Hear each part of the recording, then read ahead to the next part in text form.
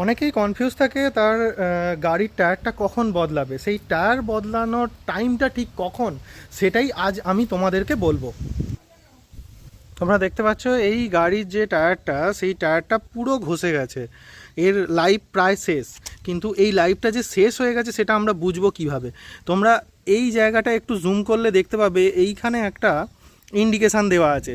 এই যে খাঁজটা, এই খাঁজটা দেখো পুরোপুরি এখনও শেষ হয়নি, সমান হয়নি, কিন্তু তার ওপরের একটা ওয়ার্নিংয়ে চলে এসছে। এই যে দাগটা, এই দাগটা দেখেই আমরা বুঝতে পারি যে টায়ারের সময় শেষ হয়ে গেছে, এটা আর ব্যবহার করা উচিত নয়, তখনই স্কিড করতে পারে।